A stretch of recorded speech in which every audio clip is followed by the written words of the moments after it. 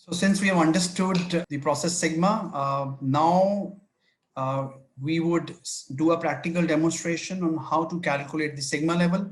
So process sigma, we can see the formula here is at norm sine V 1 minus defects upon opportunities. D stands for defects and O for opportunities, plus 1.5.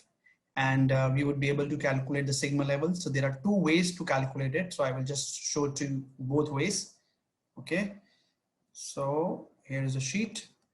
Now we want to use a formula to calculate the sigma level. Okay, so we can use any of the examples here. We have defects and we have the opportunity here. So it's norm sine V, you can see here in last on the list, 1 minus defects, this is defects, upon total opportunities, which is 500, okay, plus 1.5. So 3.3 is the sigma level for this particular illustration that we have done. So this is the sigma level. It's such a simple thing that to do. And now we want to calculate the sigma level here. So we do norm sine V, 1 minus defects. So how many defects that we have? 36. And how many opportunities that we have? 3000. Close the bracket, plus 1.5. So here the sigma level is 3.75. Want to do it for this example, we can say 3.76 also, because we have rounded off. For this example, if you want to calculate the sigma level, it is, we'll use the same formula that we just used for the previous examples. So norm sine V, 1 minus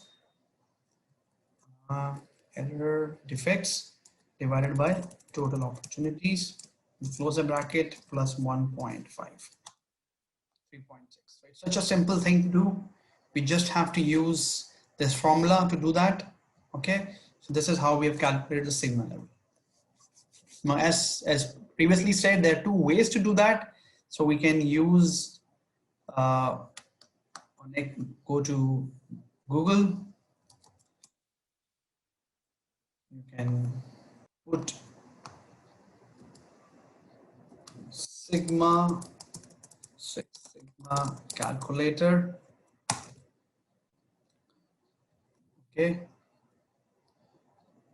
Just click on the first link, which is process sigma calculator.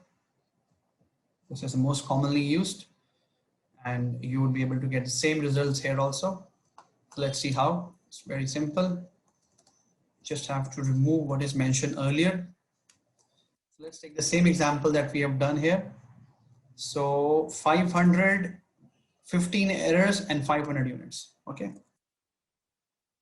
500 and here 15. So I'll click on calculate. You see the DPMO has come here, the defects have come here, and the process sigma 3.38. Okay, so that's how you would be able to do calculate the process sigma level using the Six Sigma calculator, using this link www.isixsigma.com, and using the calculator that I have.